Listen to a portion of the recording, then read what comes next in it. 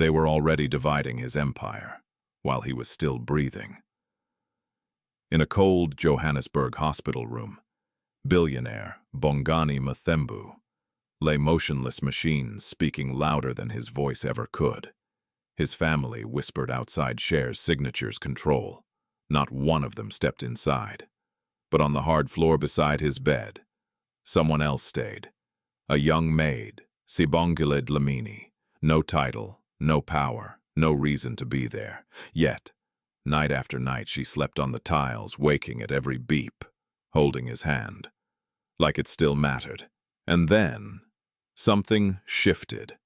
A single movement, a breath that didn't belong to the machines. And suddenly everything they thought was theirs was no longer certain.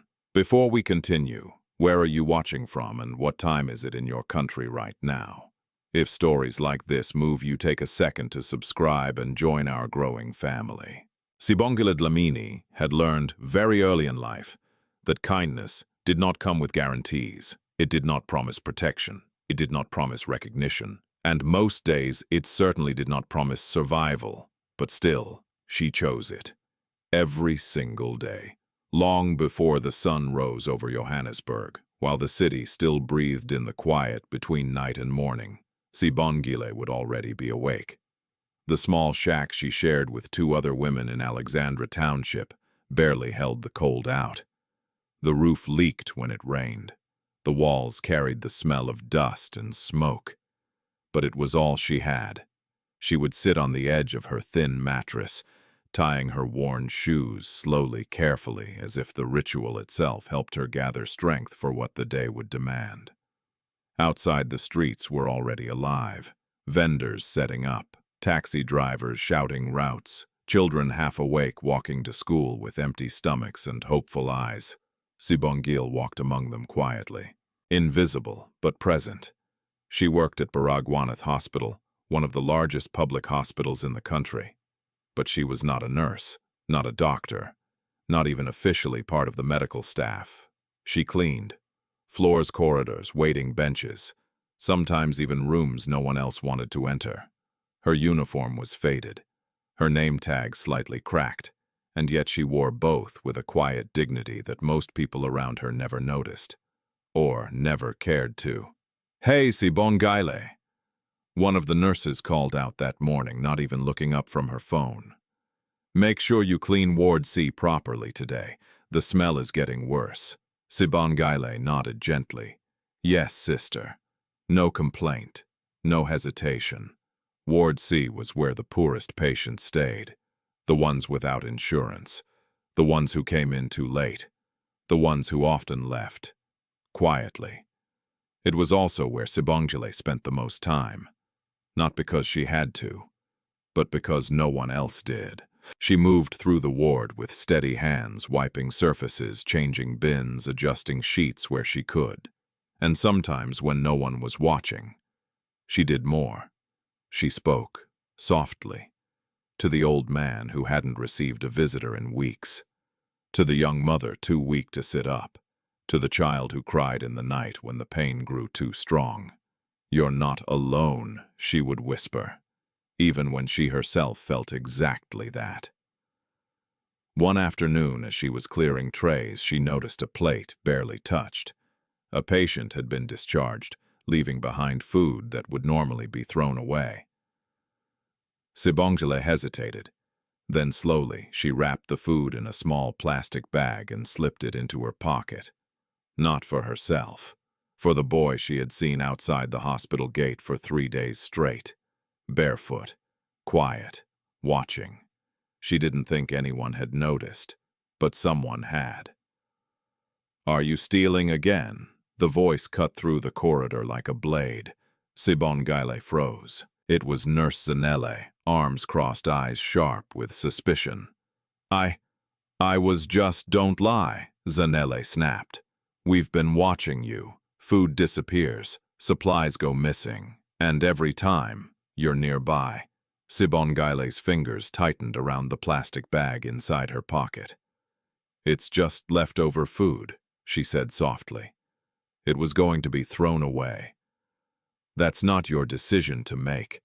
The words landed heavier than they should have. Around them, a few staff members slowed down, watching, whispering. Sibongile felt it the weight of their eyes. The quiet judgment, the assumption that someone like her would take what wasn't hers.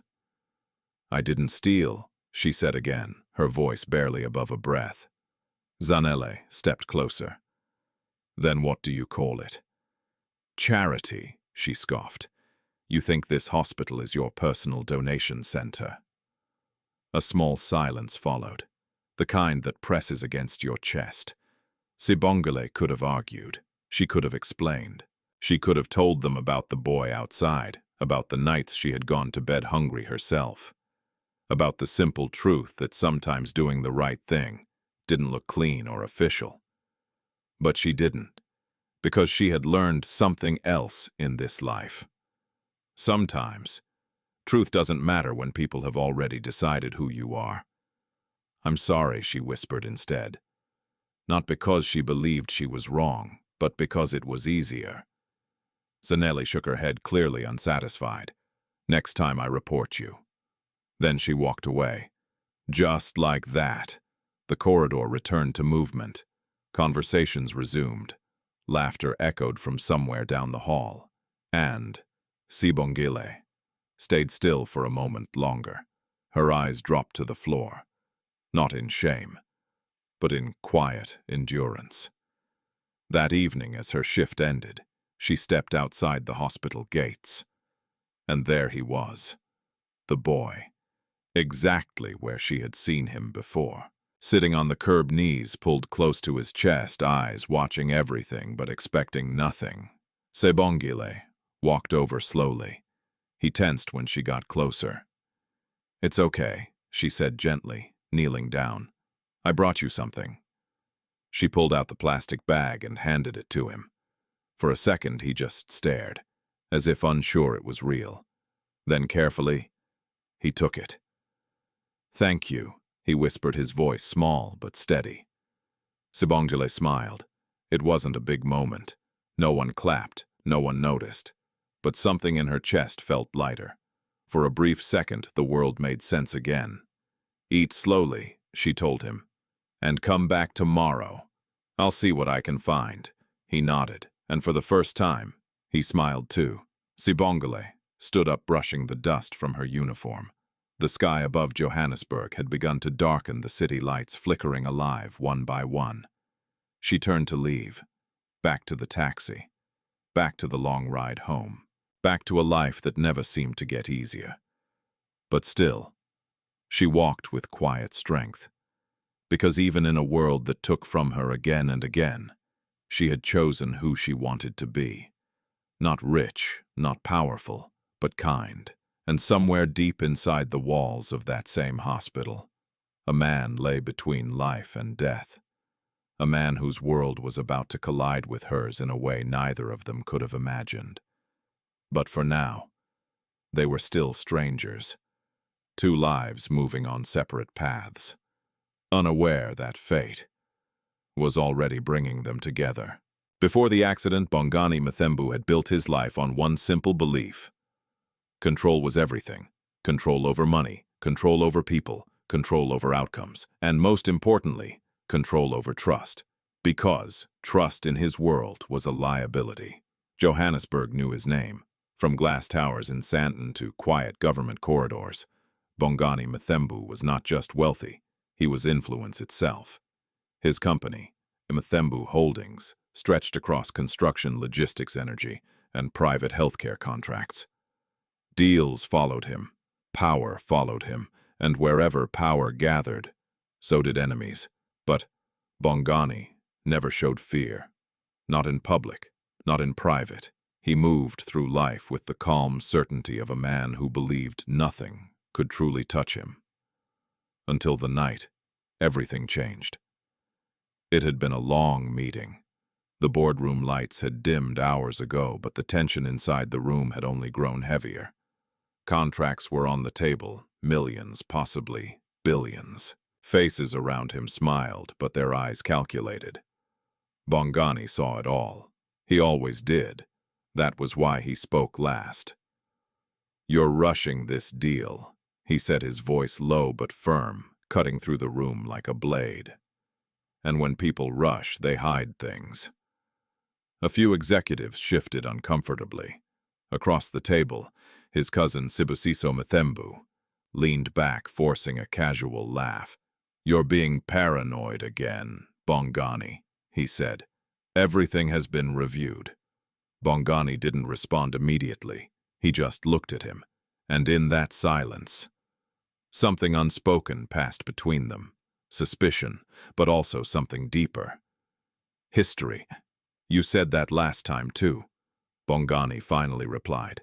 The room fell quiet. Sibusiso's smile tightened, but the meeting moved on. Because in rooms like that, truth was rarely pursued, only outcomes. By the time Bongani left the building, the city had already slipped into night. His driver had been dismissed earlier. Bongani preferred to drive himself when he needed to think.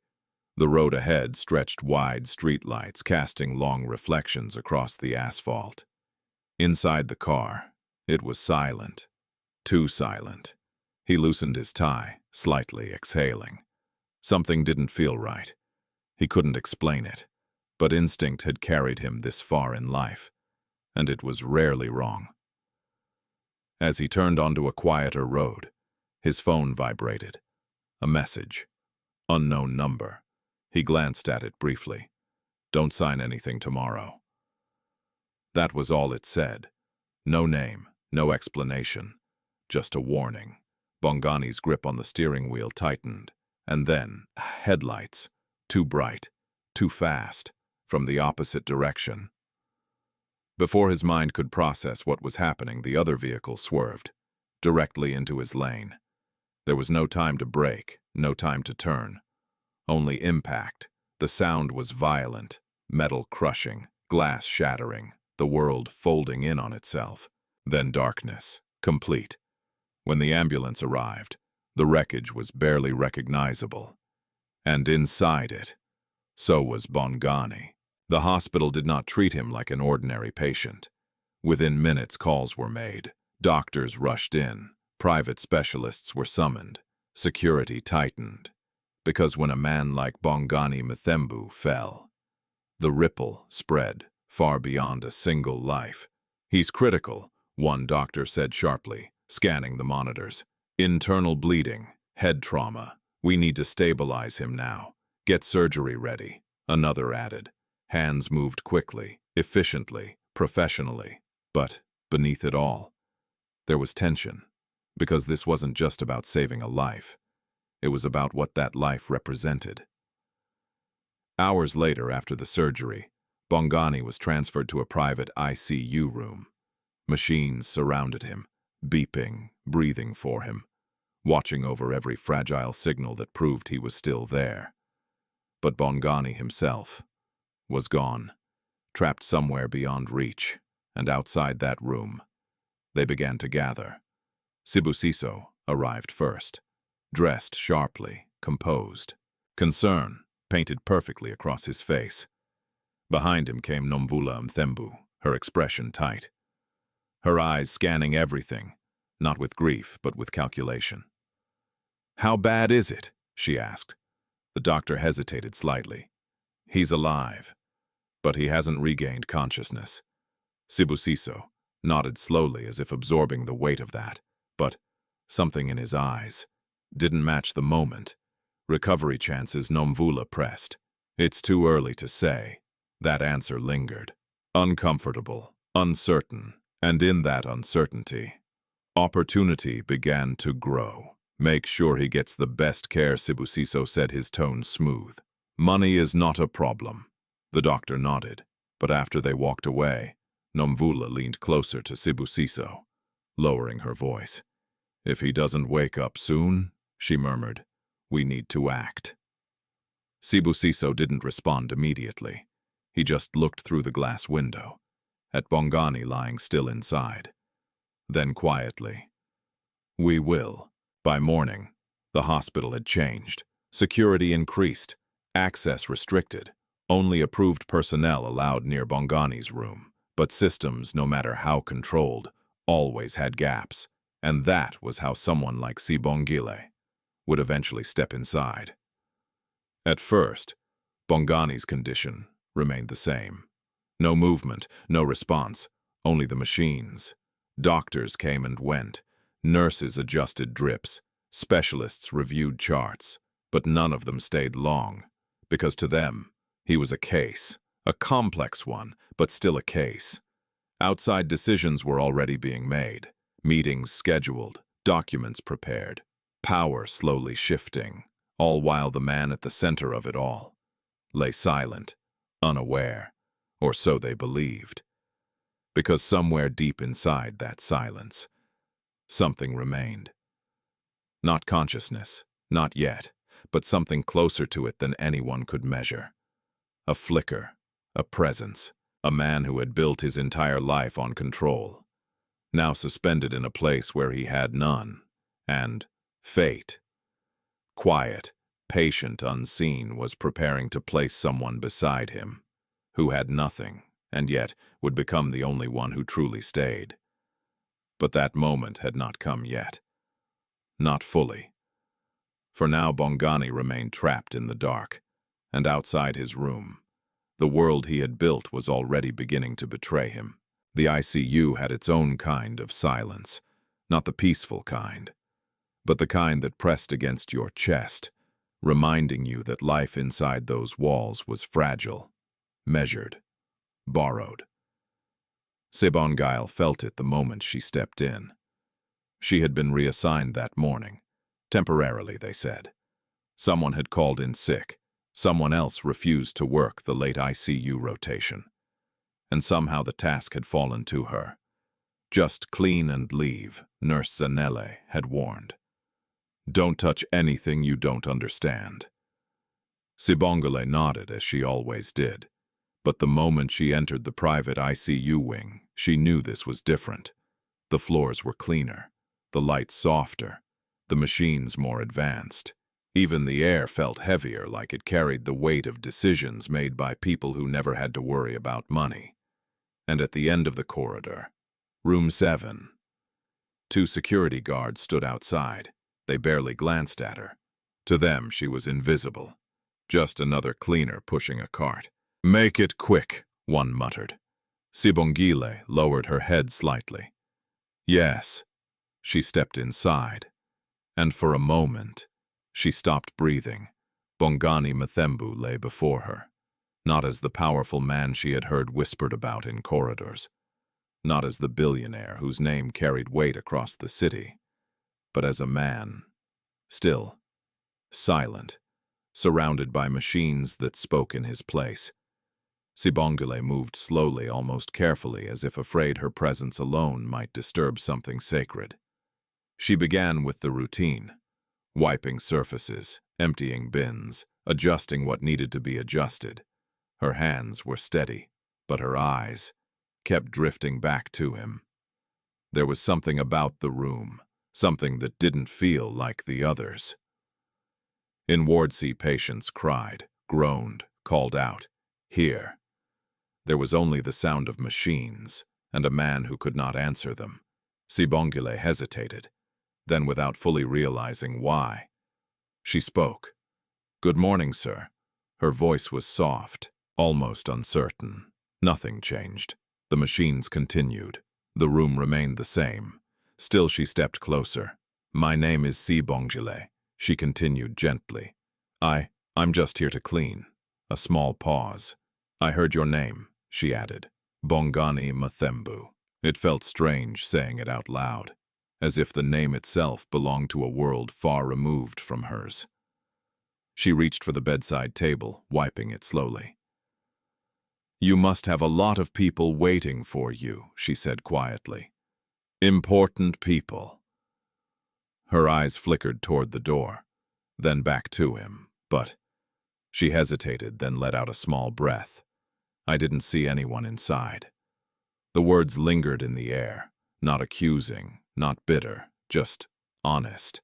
Sibongile moved to the other side of the bed, adjusting the curtain slightly to let in a bit of morning light. "You know," she said softly, "in Ward C, people don't have anyone either." A faint, almost sad smile touched her lips. "But it's different," she added. "They don't expect anyone." She paused, then looked at him again. "But you."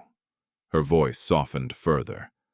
"They expect something from you." The machines beeped steadily, unchanged, and yet Sibongile stayed. Longer than she should have. She didn't rush out like she normally would. Instead, she found herself standing beside him, watching the slow rise and fall of his chest. "You're still here," she whispered. "That means something." Her hand hovered slightly above the edge of the bed. Not touching, not yet, as if unsure whether she was allowed. Then gently, she placed her fingers near his hand. Careful, respectful, warm. It was a simple gesture, but in that room it felt like more. "I don't know if you can hear me," she said. "But sometimes people do." Her voice carried no certainty, only hope, and something else. Loneliness that recognized itself in another. "You should come back," she murmured. "Not for them, if they don't deserve it." A small pause, but for yourself. Silence followed, heavy, unmoving, and yet something shifted. So small it could have been imagined. A faint twitch, barely visible. Sibongile's breath caught. Her eyes widened slightly as she leaned closer. "Did you?" She stopped. The machines continued exactly the same. No alarms, no change, just the same steady rhythm. Sibongile stared at his hand, waiting, hoping, but nothing else happened. After a moment, she slowly exhaled. Maybe it was nothing. Maybe it was just her mind. Still, she didn't pull her hand away immediately. Instead, she let it rest there a little longer, as if that brief moment had meant something. Eventually, she stepped back. Her work was done. Or at least, it should have been. But before leaving, she looked at him one last time. "I'll come back," she said quietly. Not because anyone had asked her to. Not because it was part of her job. But because something inside her had already decided. Outside the room, the guards barely noticed her leave. To them, nothing had changed. But inside, room 7, something had, even if no one could prove it. That evening, Sibongile finished her shift later than usual. The hospital corridors had grown quieter, the energy softer, the rush of the day replaced by the slow rhythm of night. She should have gone home. She needed to. Her body ached, her feet burned, and tomorrow would come just as early. But instead, she turned back, walking quietly through the halls, past the wards, past the nurses' station, until she stood once again outside room 7. The guards glanced at her briefly. "She's already cleaned earlier," one muttered. "Let her," the other shrugged. "She's harmless." Harmless! The word followed her as she stepped inside. The room was dim now. Only a small light illuminated Bongani's face. Sibongile placed her bag down quietly. Then, without thinking too much, she sat. Not on a chair, not comfortably, but on the cold floor beside his bed. She pulled her knees slightly toward her chest, just like the boy outside the hospital gate, and for a moment, she closed her eyes. The exhaustion hit her all at once, heavy, unavoidable, but before sleep could fully take her, she reached out again, her fingers finding his hand in the dim light. "I said I'd come back," she whispered softly, and this time, she didn't move away. Hours passed. The hospital continued its quiet night routine. Machines hummed, footsteps echoed faintly in distant corridors, and inside room 7, Sibongile slept, on the floor, curled slightly against the cold, one hand still loosely holding his, as if letting go was not an option. And somewhere deep beneath the silence, Bongani Mthembu drifted, not fully gone, not fully present, but closer now, to something he could not yet understand. Because in a world where power had always defined who stayed, someone had chosen to stay without it. And that was something his life had never prepared him for. By the third day, people had started to notice, not openly, not in ways that demanded attention, but in the quiet, observant way hospitals carry stories through whispers and glances. The ICU patient in room 7. His vitals are stabilizing. I thought he wasn't responding. He wasn't. Then what changed? No one had an answer. Or at least, not one they were ready to say out loud. Because if they looked closely enough past the machines, past the charts, past the official reports, they might have noticed something else. A presence. A quiet, consistent presence that didn't belong to doctors or family. Sibongile. She didn't announce herself. She didn't ask for permission. She simply returned. Every evening, after her shift ended, after the corridors emptied, after the world stopped watching, she would slip into room 7 like a shadow, sit on the cold floor, and stay. At first she told herself it was temporary. Just until he got better. Just until someone else came. Just until her body gave in. But none of those things happened. So she stayed longer, and longer, and longer. That morning, Nurse Zanelle stood at the nurse's station, flipping through charts with growing irritation. "This doesn't make sense," she muttered. Beside her, another nurse leaned in. "What is it?" "Room 7, Zanelle replied. "His oxygen levels are improving, heart rate stabilizing. Even the neurologist said there's slight activity." The other nurse blinked. "Isn't that good?" Zanelle didn't answer immediately. Her eyes narrowed slightly. "Yes," she said slowly, "it is." But something in her tone suggested unease. Because improvement meant change, and change meant questions, and questions led to people being exposed. "Who's been assigned there?" she asked. "Rotations mostly." The nurse shrugged. "But cleaners go in too." Zanelle's fingers paused. "Cleaners, yes." A silence stretched between them, and in that silence, a name surfaced. Sibongile. Later that afternoon, Sibongile was mopping a corridor when Zanelle approached her. "Stop." The word was sharp, immediate.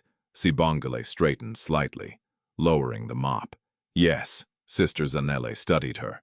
"Carefully. You've been going into room 7 more than necessary." It wasn't a question. Sibongile hesitated, then nodded slightly. "Only to clean." Zanelle stepped closer, and after a pause, Sibongile's eyes dropped. "I leave." But even she knew that wasn't entirely true. Zanelle crossed her arms. "You think we don't notice," she said quietly. "You think you can just move around ICU like you belong there. I'm not doing anything wrong," Sibongile replied softly. The words were calm, but firm. Zanelle's expression hardened. "That's not for you to decide." A few staff members nearby slowed down, sensing tension. Watching, waiting. Zanelle leaned in slightly. "Let me make this clear," she continued. "Room 7 is not Ward C. That patient is not like the others. You don't touch him. You don't talk to him. You don't stay." Each word landed heavier than the last. Sibongile swallowed. "Yes, sister." But something in her voice didn't fully submit, Zanelle noticed, and it irritated her more than outright defiance would have. "Good," she said curtly. "Because next time I won't just warn you." She turned and walked away, just like before, leaving Sibongile standing in the corridor, holding more than just a mop. That night, Sibongile didn't go to room 7 immediately. She told herself she wouldn't, that she had been warned, that she could lose her job, that she had no safety net if that happened. She needed this job more than anything, and yet her feet carried her there anyway, quietly, carefully, as if even her own body refused to listen to reason. The guards glanced at her again. "She's back," one muttered. "Cleaner," the other shrugged. They let her pass, because to them, she still meant nothing. Inside the room felt the same. Soft light, steady machines, Bongani unmoving, but something else had changed. Sibongile could feel it. Not in the air, not in anything visible, but somewhere deeper, like a presence that had grown stronger. She set her bag down, this time slower, more aware, as if the weight of what she was doing had finally caught up with her. "You're causing trouble," she murmured softly, stepping closer to the bed. A faint, tired smile touched her lips. They're watching now. She sat down on the floor again, the cold tiles pressed against her legs. Familiar now, almost comforting in their honesty. "At least you don't pretend," she added quietly. "You're either here, or you're not." Her hand reached for his again, gently, instinctively. "I wish people were that simple." Silence answered her, but she didn't expect anything else. Not anymore. She leaned her head lightly against the side of the bed, closing her eyes for a moment. "I might not be able to come as often," she admitted. "They warned me." A small pause. "I could lose everything." The words lingered, heavy, real, because for Sibongile, everything wasn't much, but it was still everything she had. And yet, she whispered, her voice softer now. "I keep coming back." She let out a quiet breath, almost a laugh. I don't even know why. But somewhere deep inside, she did. Because in that room, she wasn't invisible, not completely, not like the rest of the world made her feel. Here, her presence mattered, even if no one else could see it. Minutes passed, then more. Time stretched in that quiet, suspended way that only hospitals knew. And then, awe sound, not from the machines, from him. Sibongile's eyes snapped open. She lifted her head quickly, her gaze locking onto Bongani's face. "Did you?" His lips had moved, barely, almost imperceptibly. She leaned closer, her heart pounding now. "Faster, louder, Bongani," she whispered. For a moment, nothing. Then again, a faint movement, a breath, different from the machine, stronger, real. Sibongile's fingers tightened around his hand. "I'm here," she said quickly, her voice trembling slightly now. "You're not alone." Her eyes searched his face, waiting, hoping, and then his fingers twitched, this time, unmistakably. Sibongile gasped softly. Tears filled her eyes before she even realized it. "You came back," she whispered, not loudly, not dramatically, just truthfully. Because to her, that was exactly what it felt like. Outside the room, one of the guards glanced toward the door. "Did you hear something?" The other shrugged. "Probably machines. They didn't check. They didn't care. Because nothing important ever came from inside that room anymore. At least, that's what they believed. Inside, everything had changed. Not visibly, not yet. But something had crossed a line, something that could not be undone. Sibongile stayed there, holding his hand, her heart still racing. "I told you," she whispered softly. "You should come back." And this time, it felt like he had listened. But beyond that room, the world was already moving. Plans were already forming, and the people who had been waiting for Bongani to never wake up were about to face something they had not prepared for. Because control, the one thing Bongani had always believed in, was slowly, quietly, returning to him. By the time dawn crept across Johannesburg, Sibongile's body had reached its limit. The cold tiles beneath her had stolen the warmth from her bones. Her back ached, her neck throbbed from the awkward angle she had slept in, if what she had done could even be called sleep. But her hand was still wrapped gently around his, as if letting go would break something fragile that had just begun to form. Sibongile opened her eyes slowly. The room was quiet. Too quiet. For a brief, terrifying second, her heart stopped. She turned sharply toward the bed. The machines were still running, steady, unchanged. Bongani lay as he had before, still, but not the same. She could feel it now. Something had shifted during the night. Not just in him, in her. "You moved," she whispered, her voice dry from exhaustion. "I know you did." She searched his face again, as if hoping to catch another sign, another confirmation that she had not imagined it. But there was nothing, only silence, and yet it no longer felt empty. A sudden knock broke the stillness.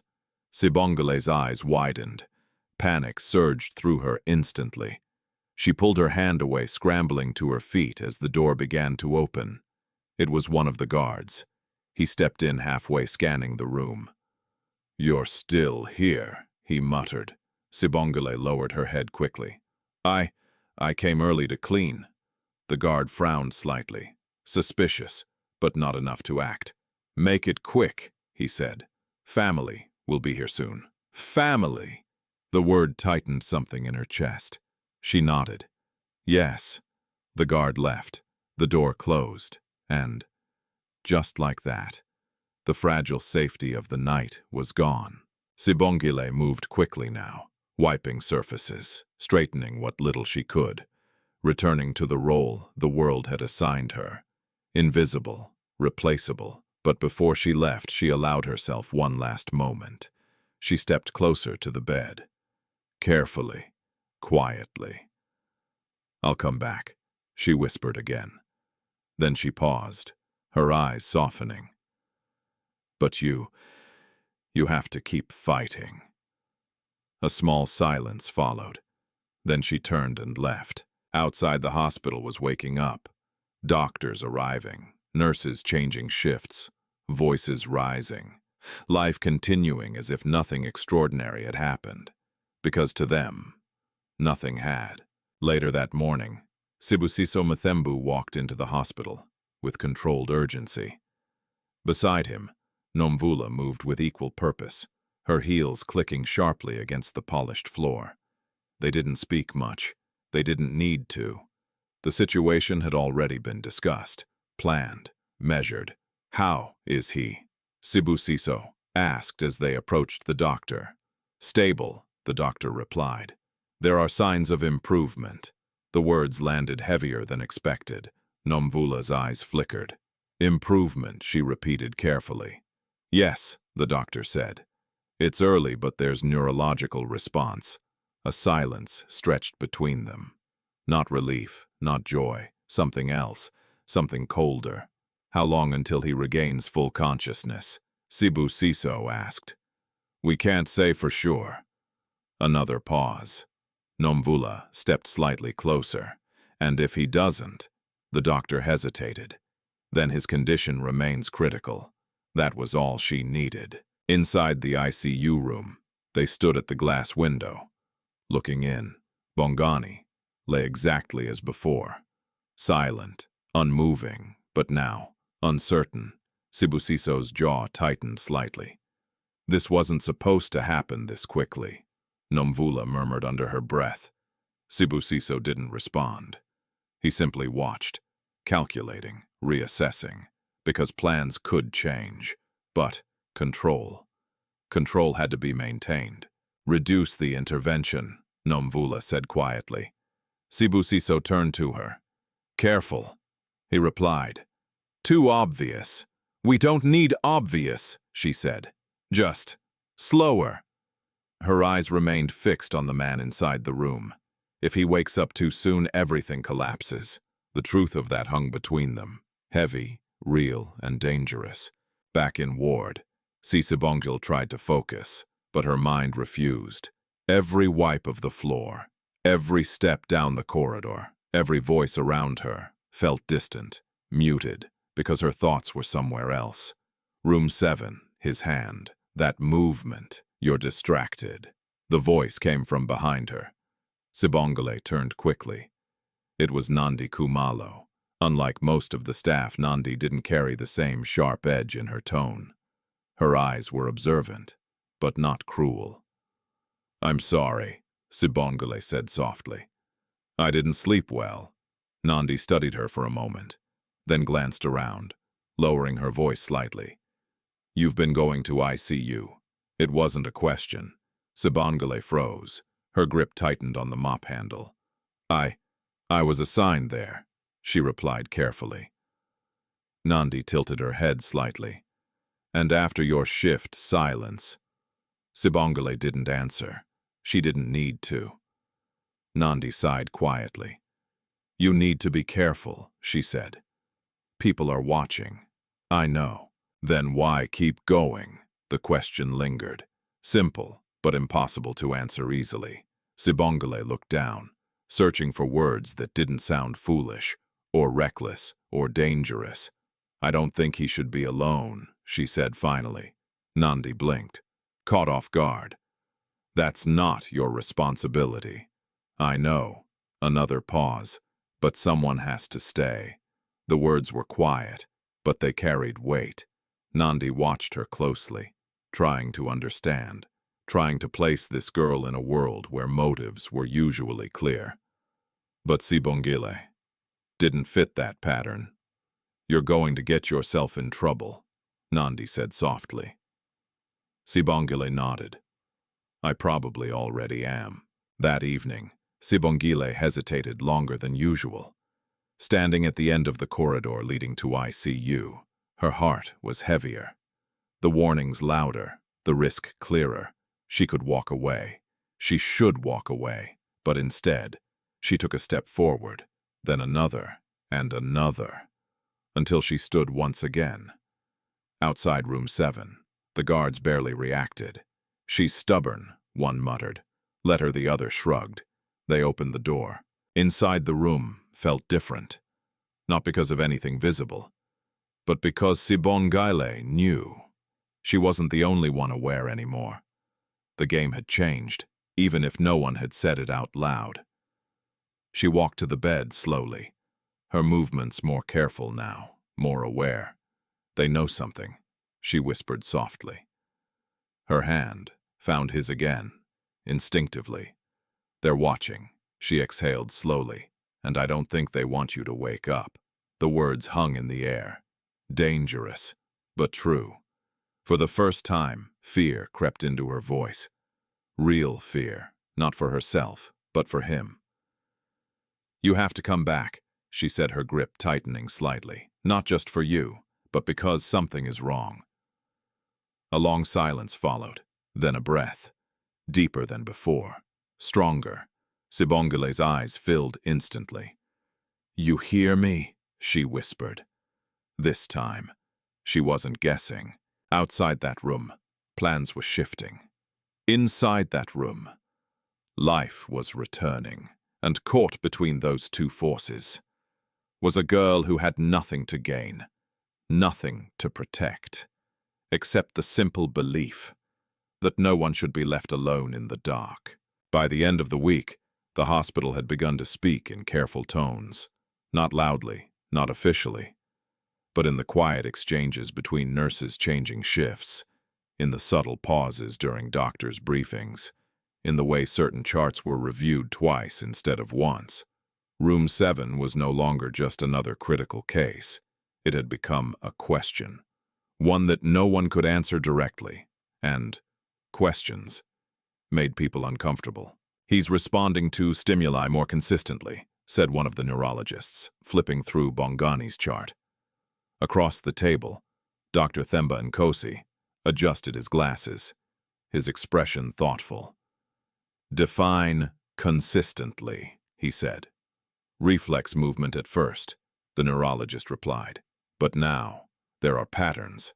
Patterns, Nkosi echoed. Yes, not random, not purely mechanical. A silence followed. Because in medicine, patterns meant something. They meant intention, possibility, return. And yet, he's not conscious, Nkosi said slowly. Not fully. That word lingered. Not fully, meaning something was already there.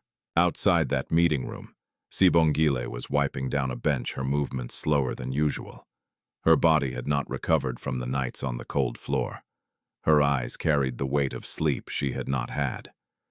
But none of that mattered to her, because something inside her had changed. She was no longer just hoping. She knew he was coming back, and that knowledge was both a comfort and a danger. That evening when she stepped into room 7, she felt it immediately. The shift, subtle but undeniable. The machines still beeped, the lights were still soft, but the space between those things felt alive. "You're stronger today," she whispered as she approached the bed. Her voice was gentle, but there was certainty in it now. She sat down on the floor again, pulling her knees close as she had done every night. This had become her place. Not by right, but by presence. "I don't think they like that," she added quietly, glancing toward the door. Her hand reached for his. Warm. "Real. I heard them talking," she continued. "They want you to stay like this." A pause. Her fingers tightened slightly. "I don't know why, but I don't trust them." The words felt heavier now, because they were no longer just thoughts. They were truths she had stepped into. For a long moment, nothing happened. Then a flicker. His eyelids trembled, so slight that most people would have missed it. But Sibongile didn't. She leaned forward instantly, her breath catching. "Bongani." The name came out softer than ever before, almost like a prayer. Another flicker. His fingers moved beneath hers. Not just a twitch this time, a response, slow, weak, but deliberate. Sibongile's eyes filled with tears. "You're here," she whispered. "You're really here." Her voice shook now, not from fear, from relief, from something deeper, connection. Because in that moment, he wasn't just a patient anymore. He was someone who had heard her, who had answered. Inside Bongani's mind, darkness had begun to thin, not completely, not clearly, but enough. Fragments surfaced, voices, echoes, a presence, not loud, not demanding, but constant. A voice that had followed him through the silence, that had refused to leave. "You should come back." The words repeated, soft, steady, and somewhere within that darkness, he had chosen to follow them. His lips moved, barely. Sibongile leaned closer, her heart pounding. "What is it?" she asked softly. "Can you hear me?" A faint sound escaped him, not a word, not yet, but something human. Sibongile gasped quietly, her hand lifting to her mouth. "You're trying," she whispered. "That's enough. That's more than enough." She blinked rapidly, tears slipping down her cheeks. "You don't have to rush," she added. "I'm here." And for the first time, those words carried a different weight, because now he knew it too. A sudden knock shattered the moment. Sibongile froze. The door opened. Nandi stepped in, her eyes immediately scanning the room, then landing on Sibongile and the position she was in, holding his hand, close, too close. "What are you doing?" Nandi asked sharply, her voice low but urgent. Sibongile pulled back slightly, her heart racing. He moved," she said quickly. "He's responding." Nandi's eyes flicked to Bongani, then back to Sibongile. "You shouldn't be here like this," she said. "If someone sees he's waking up," Sibongile insisted, her voice trembling now. "I felt it." Nandi hesitated, torn between protocol and instinct. She stepped closer to the bed, watching, waiting, and then it happened again. A small movement, a shift in his fingers. Nandi's breath caught. "That's not just reflex," she murmured. Her expression changed, completely, from caution to realization. "How long has this been happening?" she asked.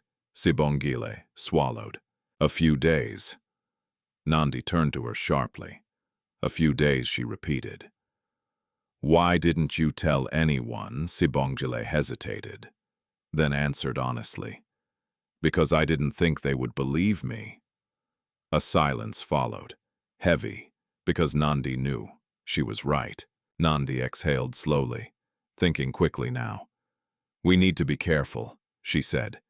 "If this gets out the wrong way, they'll stop it." Sibongile finished. Nandi didn't deny it. Because they both understood now.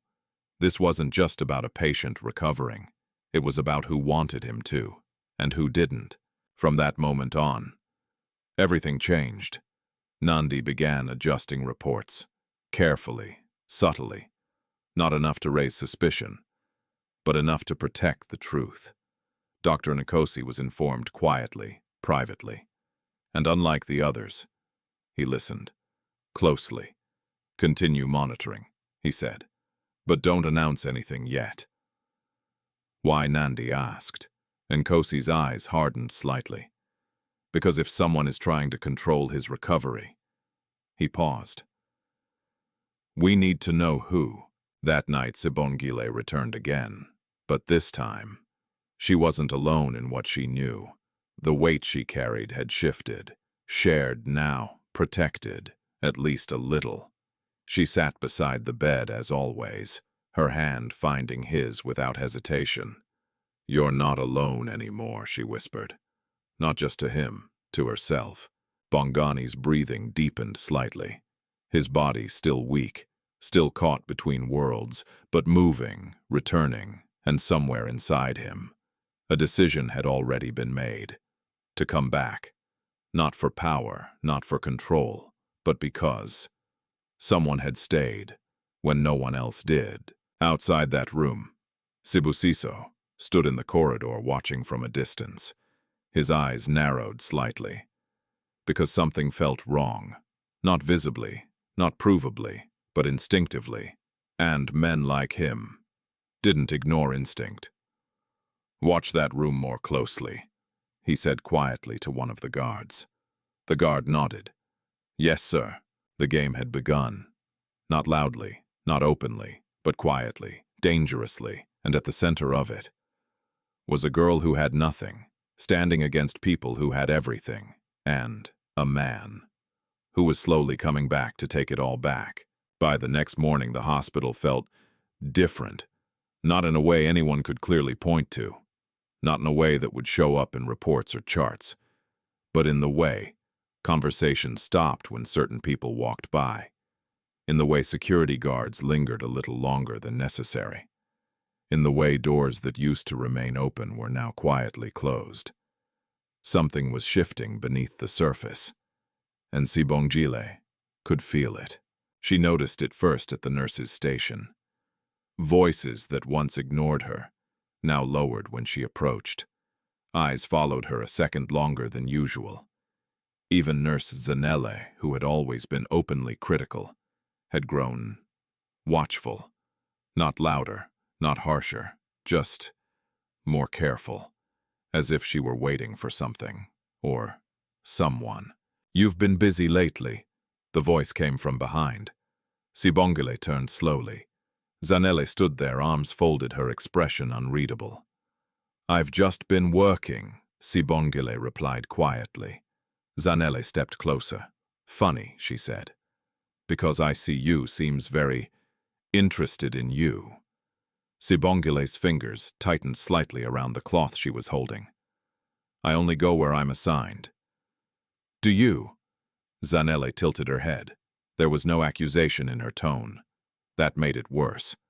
Because accusations could be denied. But observation was harder to escape. Sibongile lowered her gaze, saying nothing.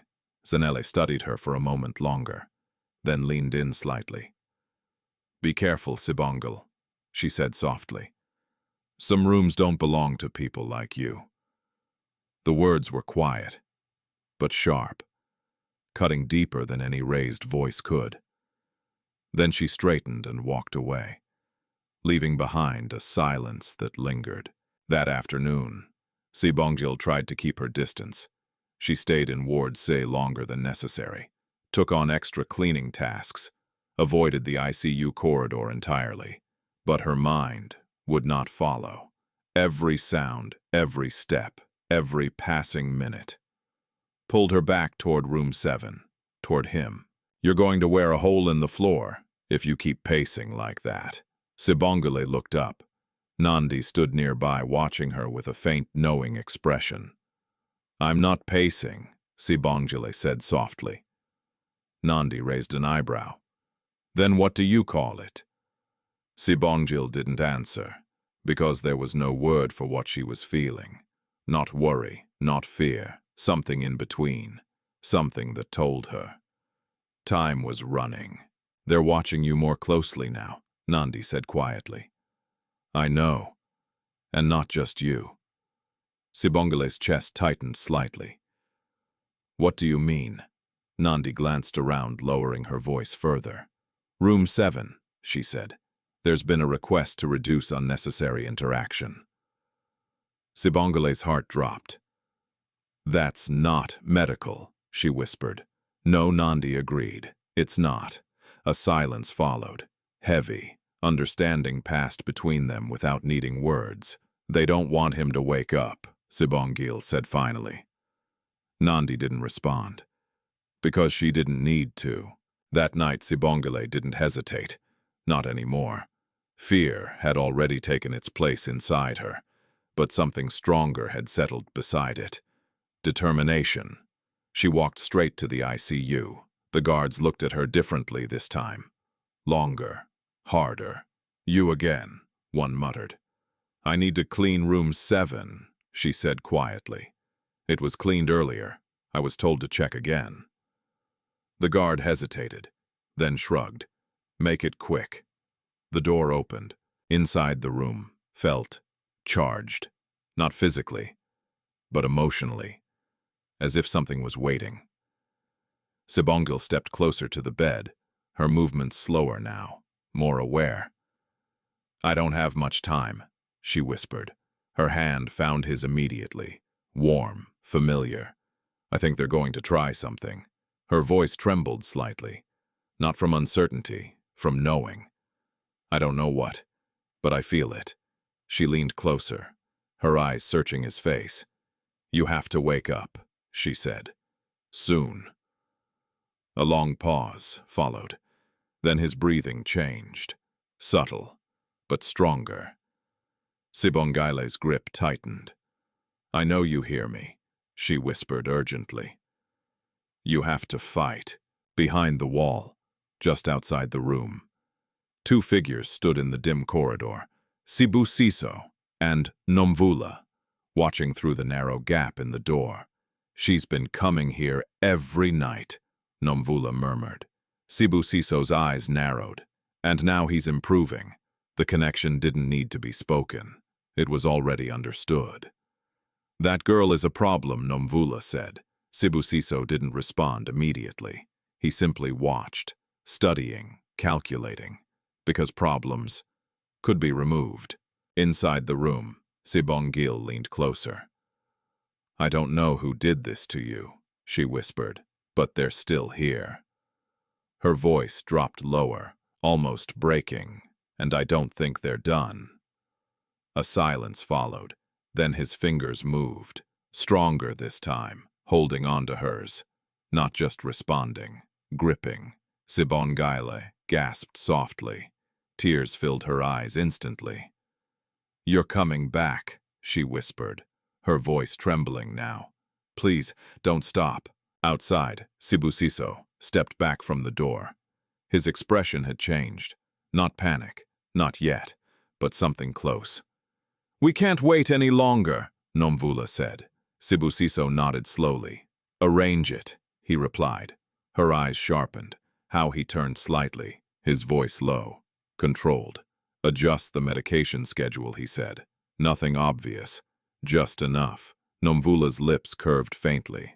Understood. Inside, Sibongile felt it.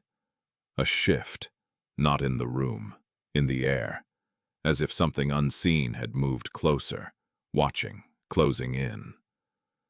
She looked toward the door instinctively, then back at him. They're here, she whispered. Her grip tightened. I can feel it. His eyelids fluttered again. Longer this time. Struggling, fighting. Sibongile leaned closer, her heart pounding harder than ever. Bongani. The name was no longer uncertain, no longer distant. It was real now, connected. "You're not alone," she said. "I'm right here." For a moment, it felt like everything was holding its breath. The machines, the air, time itself. Then a faint sound escaped him. Rough, broken, but unmistakably human. Sibongile's tears fell freely now. "You're coming back," she whispered again. Not as hope, as truth, but beyond that moment, beyond that fragile return, something else had already been set in motion. A plan. Quiet, hidden, dangerous, and Sibongile, standing there with nothing but her presence, was now standing directly in its path. It happened just after sunset, not during the rush of visiting hours, not when doctors moved in coordinated urgency or when nurses rotated in visible shifts, but in that quiet, uncertain space between day and night, when fewer people paid attention, when things could change without being seen. Sibongile had been delayed. A spill in Ward C. A patient who needed help. A supervisor who kept her longer than usual. By the time she reached the ICU corridor, something felt wrong. Not different, wrong. The lights seemed dimmer. The guards stood straighter. Even the air carried a tension she had learned to recognize. "Room 7, she said softly. One of the guards stepped forward immediately. "No access." The words hit harder than expected. "I need to clean," she replied. "It's already been handled." Sibongile hesitated. Her eyes flicked toward the door, then back. "I was told to." "You were told wrong," the second guard cut in. Their tone had changed. Not dismissive anymore. Firm, controlled, intentional. Sibongile's heart began to pound. "Please," she said quietly. "I just need a minute." The first guard shook his head. "No one goes in without authorization." Authorization. A word she had never needed before. A word that didn't belong to her world. Inside her chest, something tightened. Not just fear, urgency. Because deep down, she knew. This wasn't about cleaning. This was about keeping her out.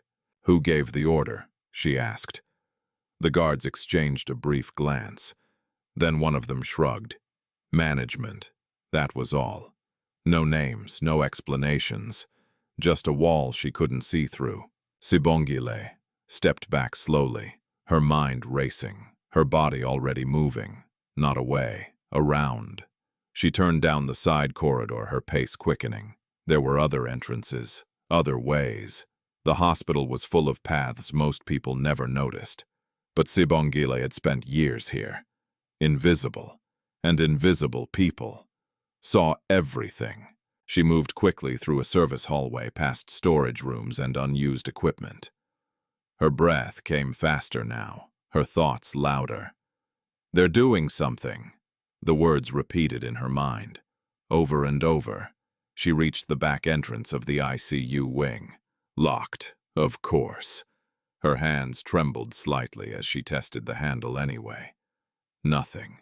Footsteps echoed behind her. Sibongile turned sharply. "Nandi!" "What are you doing?" Nandi whispered urgently. "They won't let me in," Sibongile replied, her voice shaking now. "Something's wrong." Nandi's expression tightened. "I heard," she said. New instructions came through. "That's not normal," Sibongile insisted. "You know it's not." Nandi hesitated, because she did know, and that knowledge was dangerous. "Listen to me," Nandi said quickly. "If they're restricting access now, it means something has already started." Sibongile's stomach dropped. "What do we do?" Nandi glanced around, lowering her voice further.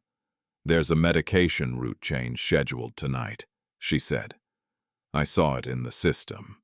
What kind of change? Nandi didn't answer immediately, because saying it out loud made it real. "Sedatives," she said finally. "Increased dosage." The words hit like a blow. "They're trying to push him back," Sibongile whispered. Nandi nodded. They don't want him waking up. For a moment, neither of them moved. Because the truth was bigger than either of them, and the consequences were real. I have to get in there, Sibongile said.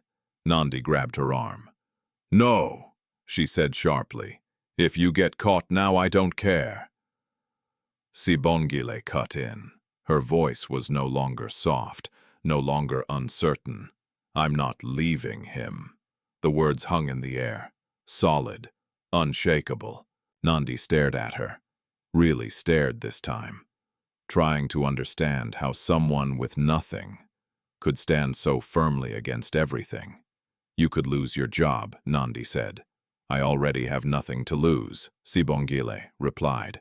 A silence followed, and in that silence, a decision was made. Come with me, Nandi said quietly. They moved quickly through another corridor, this one darker, less used. Nandi pulled a keycard from her pocket, swiped it against a side door. It beeped, unlocked. 2 minutes, she said. No more. Sibongile nodded, her heart racing. Inside room 7, everything felt different. The machines were louder, or maybe it was just her, because her pulse was pounding in her ears. She rushed to the bed. Bongani, she whispered. Her hand found his immediately. Warm, still warm, but weaker. His breathing had changed, slower, heavier, as if something was pulling him back down. No, she whispered, panic rising. No, no, no. She looked at the IV line, her eyes scanning, searching, and then she saw it. The dosage, higher than before, much higher. They're doing it now, she said, her voice shaking. Nandi stepped closer, her expression darkening. This isn't standard, she murmured. Sibongile turned back to him, her grip tightening. You have to stay with me, she said urgently. Do you hear me for a moment? Nothing. Then a faint movement. His fingers twitched, weak, struggling, but there. Sibongile leaned closer, tears already forming. Don't let them take you back, she whispered. You're almost there. Inside Bongani's mind. The darkness surged again, heavier, pulling, trying to drag him back under, but through it. A voice, faint but clear. Stay with me. It echoed, repeated, fighting against the pull. His lips moved, barely. A sound escaped, broken but real. Sibongile gasped. You're fighting, she whispered. Keep fighting. Behind them, the door suddenly opened. Footsteps, fast, sharp. What is going on here? The voice cut through the room. Sibongile turned. Sibusiso stood in the doorway. Nomvula just behind him. Their expressions, cold, controlled, dangerous. For a moment, no one spoke. The tension filled the room completely. Then Sibusiso stepped forward, slowly, his eyes fixed on Sibongile. You, he said quietly. I've seen you before. Sibongile didn't move, didn't step back, didn't let go. You're not supposed to be here, Nomvula added, her voice sharper, more direct. Sibongile swallowed, but her grip on Bongani's hand remained firm. He's waking up, she said. The words were simple, but they carried everything. Sibusiso's expression didn't change, but something in his eyes hardened. That's not your concern. It is now, Sibongile replied. Her voice trembled slightly, but it didn't break. A dangerous silence followed. Then Sibusiso nodded once. To the guards behind him. Remove her. The guards moved quickly, hands grabbing her arms, pulling, hard. Sibongile struggled instinctively. No, she cried. He needs her words were cut off as they dragged her back, but her hand held on as long as it could, until it slipped free. Bongani, she shouted, her voice echoing through the room, through the corridor, through everything. And in that moment, his fingers moved again. stronger, more desperate, as if reaching for something that had just been taken away. Sibongile was pulled out of the room. The door slammed shut. The sound echoed like an ending. Outside the corridor swallowed her voice, her struggle, her presence, just like it always had. But inside, room 7, something had changed. Not stopped, changed, because this time, he hadn't just responded, he had tried to hold on, and that was something no one in that hallway was ready for. Sibongile did not feel the ground beneath her feet as they dragged her down the corridor, her body resisting instinctively, while her mind remained locked in that single moment inside the room where Bongani's fingers had moved. Not as a reflex, not as a random response, but as something intentional, something alive, something that had reached for her just as she was being torn away from him. The sound of the ICU door, closing behind her, did not feel like a simple action. It felt final, heavy, like a barrier being sealed between two worlds that were never meant to touch, and yet somehow had already begun to intertwine in ways no one could fully control anymore. "Let me go," she cried, her voice breaking under the weight of desperation, rather than fear, because what filled her now was not the fear of losing her job nor the fear of punishment, but the unbearable certainty that something irreversible was about to happen if she did not get back inside that room. The guards did not respond with anger or cruelty.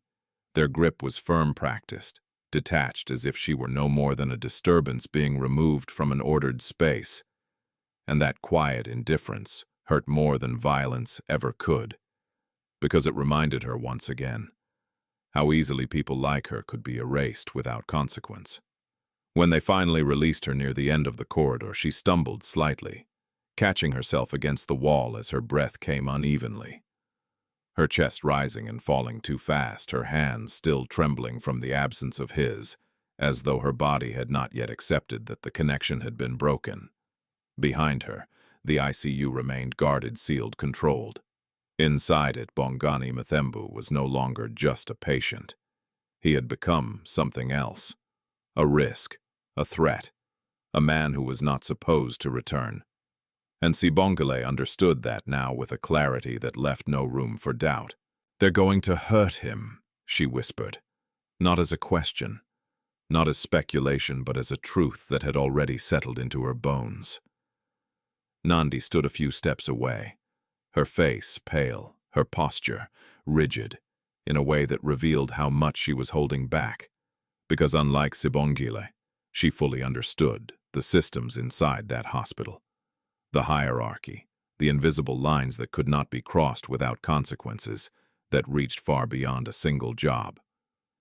"You need to stop," Nandi said quietly, her voice controlled but urgent, as if she were trying to pull Sibongile back from a place that could destroy her.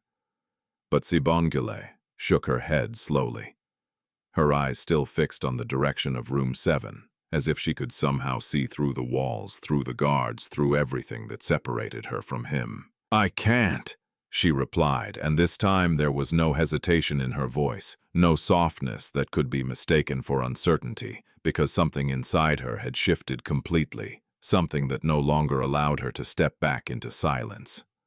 Nandi exhaled slowly, her gaze dropping for a moment before returning to Sibongile with a different kind of weight, the kind that comes when a person realizes that logic no longer has power over someone who has already made their choice. "You don't understand who you're standing against," she said, her voice lower now, almost a warning meant to protect rather than restrain. Sibongile turned to her then, and for the first time there was something fierce in her eyes, something that had not been there before, something that did not belong to the quiet, invisible girl who cleaned floors and avoided conflict. "I don't need to understand them," she said. "I just know they're wrong." The simplicity of that statement made it heavier than any argument because it stripped everything down to something undeniable, something that did not require education, power, or authority to recognize. Right and wrong, stay or walk away, and Sibongile had already chosen. Inside room 7, the machines continued their steady rhythm. But Bongani's body was no longer responding the same way, because beneath the controlled flow of medication, beneath the carefully adjusted dosages, meant to slow him down, something was resisting. Something was pushing back against the chemical weight trying to pull him under again. His breathing shifted unevenly, as if caught between two forces, one dragging him deeper into silence, the other pulling him upward, toward something he could almost reach, but not yet grasp. And within that fragile space, her voice still lingered. Not clearly, not fully, but enough. Enough to anchor him, enough to remind him that he was not alone. Enough to fight. Back in the corridor, Sibongile straightened slowly, her breathing stabilizing her hands, no longer trembling, not because the fear had disappeared, but because it had transformed into something steadier, something more dangerous. Determination. They increased the dosage, she said, her voice calmer now, more focused, as if she were no longer reacting but thinking, processing, moving forward. Nandi nodded reluctantly. Yes, that means they're afraid, Sibongile continued. Nandi didn't respond immediately, because that realization changed everything. Because fear did not belong to people who were in control unless that control was beginning to slip. And if they're afraid, Sibongile added, it means he's stronger than they expected. For a moment, the two women stood in silence, both understanding what that meant, both aware that whatever happened next would not be small, would not be quiet, would not be easily undone. Listen to me, Nandi said finally, her voice firm, now grounded in decision rather than hesitation. If we do this, we do it carefully, because one mistake and they won't just remove you from the hospital. They'll make sure you never come back anywhere near it again. Sibongile nodded slowly. I don't care about that, I know, Nandi replied. That's exactly why I'm worried. But despite her words, something in her expression had changed, because she had already crossed a line herself, simply by standing here, by knowing what she knew, by choosing not to walk away. And that meant she was already part of this now. Inside, the ECU Sibusiso stood near the bed, his eyes fixed on Bongani's face, watching for any sign that might confirm what he already suspected, that the situation was no longer as stable as he had planned, that something or someone had interfered with the outcome he had carefully set in motion. Adjust it again, he said quietly, his voice calm but edged with something harder beneath the surface. A nurse hesitated. Sir, we have to follow. Adjust it, he repeated, and this time there was no room for resistance, because in that room, authority did not belong to medical protocol. It belonged to him. But even as the dosage was altered, even as the system attempted once more to pull Bongani back into silence, something had already begun that could not be reversed so easily, something that did not respond to control in the way they expected. Because control for the first time in Bongani's life was no longer entirely his. And for the first time in Sibongile's life, she had chosen to step into a world where control was everything, and challenge it anyway. The hospital did not change overnight in any visible way, and yet everything inside it felt altered, as though an invisible line had been crossed and no one could step back to where they had been before. Conversations became quieter, movements more deliberate, and even the rhythm of routine carried a tension that had not existed a few days earlier. Because somewhere within those walls, truth had begun to surface, and truth, when it threatened power, was never welcomed gently. Sibongile moved through her shift with a calm that did not come from peace but from clarity, because once fear had fully revealed itself, it no longer held the same power over her, and what remained was something steadier, something that guided her steps without hesitation. Even as she knew every action now placed her in greater danger, she no longer walked as someone trying to avoid attention, but as someone who understood that attention had already found her. Nandi, on the other hand, carried the weight differently, because she knew exactly how systems protected themselves, how records could be altered, how decisions could be justified in language that sounded clinical but concealed intention, and it was this knowledge that made her cautious, even as she chose to stand beside Sibongile. She had seen enough to know that truth alone was not enough. It had to be preserved, documented, and revealed at the right moment. Otherwise, it would disappear without leaving a trace.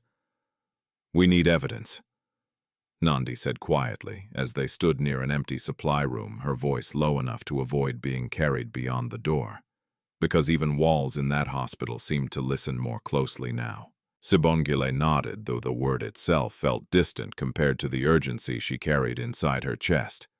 Because for her, Bongani was not a case, not a situation to be managed or exposed at the right time, but a person who was slipping between two states, and every moment mattered in a way that could not be delayed. "What kind of evidence?" she asked. Nandi exhaled slowly, her eyes narrowing slightly as she considered the layers they were dealing with, because this was no longer about suspicion, but about proving something that had been deliberately hidden. Medication. Logs, dosage changes, authorization records, she said. Anything that shows intervention outside standard protocol. Sibongile listened carefully, trying to follow the structure of a world she had never needed to understand, before a world where truth did not simply exist but had to be constructed in a way others could not deny. "And if we get it?" she asked. Nandi met her gaze, and for a brief moment, the weight of what they were about to do settled fully between them. "Then we make it impossible for them to continue," she replied. "That was the goal. Not confrontation, not revenge, but exposure. Because once something was seen, clearly enough, it could no longer be controlled in the same way." Inside room 7, Bongani's body remained still. But the stillness no longer meant absence, because beneath the surface, something continued to resist. Something continued to move against the force trying to suppress it, and though his eyes had not opened, his awareness had begun to sharpen in fragments, pieces of sensation and sound that did not yet form a complete reality, but were enough to anchor him to something beyond the darkness. He could not see. He could not fully think. But he could feel. The pressure in his chest, the weight pulling him downward, and somewhere within that, a memory that did not belong to the world he had known before. A voice, soft, persistent, refusing to disappear. It did not command him. It did not demand anything from him. It simply stayed. And that was what he followed. Later that evening, Nandi moved carefully through the restricted system terminal. Her fingers steady as she accessed records she was not meant to review without authorization. Her eyes scanning lines of data that at first appeared routine, but slowly revealed inconsistencies that confirmed what she had feared. Because the dosage adjustments were not random, not accidental, but deliberate, timed in ways that aligned with decisions made outside the medical team. "They've been increasing it. Gradually," she murmured, her voice barely audible even to herself, because speaking it aloud made it real, in a way that could not be undone. Sibongile stood beside her, watching the screen with an intensity that came not from understanding every detail but from recognizing enough to know that something was deeply wrong. "Can you prove it?" she asked. Nandi hesitated because proof in this world was never as simple as it sounded. "I can show patterns," she said. "But to prove intent, we need more." "What more?" Nandi's gaze shifted slightly, as if measuring how far they could go without crossing a point of no return. "We need to connect it to authorization," she said. "Who approved it? Who changed the orders?" Sibongile's hands tightened slightly at her sides because even without fully understanding the system, she understood what that meant. "It's them," she said quietly. Nandi didn't argue, because she already knew. In another part of the hospital, Sibongile sat in a private office. His posture relaxed, but his mind moving quickly, because control was not something he assumed. It was something he maintained, actively adjusting, observing, ensuring that every variable remained within reach. And what disturbed him now was not what he could see, but what he could not. "He's still stable," Nomvula said, as she entered, her voice calm but edged with concern that she tried to conceal. Sibongile nodded slowly, his eyes distant. "That's the problem," he replied. Nomvula crossed her arms slightly, her expression tightening. "You think something has interfered," she said. "I don't think," he answered quietly. "I know." A silence followed, because once that possibility was acknowledged, it changed the nature of everything they had been doing. "There's a cleaner," Nomvula added after a moment, her tone measured as if presenting something she had already considered carefully. "The one we saw. She's been in that room repeatedly." Sibusiso's gaze shifted, focusing now. "And you believe she matters?" he asked. Nomvula hesitated only briefly. "He started improving when she appeared," she said. That was enough, because in a situation where control was precise, even the smallest variable could not be ignored. "Find out everything about her," Sibusiso said, his voice calm but decisive, because he did not need certainty to act, only enough reason to eliminate a risk. Nomvula nodded. "It will be done." Back in the dim light of room 7, Sibongile sat, once again, beside the bed. Her presence quieter now, not because she had less to say, but because she understood that what mattered most was not the words, but the fact that she remained. Her hand rested gently against his. Her fingers, steady, her posture relaxed, despite the tension surrounding everything beyond that room. Because here in this small space, something real still existed. Something untouched by power or manipulation. "We're trying," she whispered softly, her voice carrying a calm that came from determination, rather than certainty, because she did not know if what they were doing would be enough. But she knew that doing nothing was no longer an option. A small pause followed, the kind that no longer felt empty because it was filled with presence. "They don't want you to wake up," she continued, not as a warning but as a truth she believed he deserved to hear, even if he could not fully understand it yet. Her fingers tightened slightly. "But we're not going to let that happen." For a moment, nothing changed. Then slowly, almost imperceptibly, his fingers responded. Not as a reflex, not as a coincidence, but as something deliberate. Sibongile's breath caught, but this time she did not react with shock, because she had moved beyond surprise, beyond disbelief, into a space where she accepted what was happening as real as something they were both part of now. "That's it," she whispered, her voice softer, steadier. "Stay with me." And somewhere beneath the weight of everything trying to pull him back, he did. What neither of them could see, however, was that beyond that room, the situation had already begun to escalate.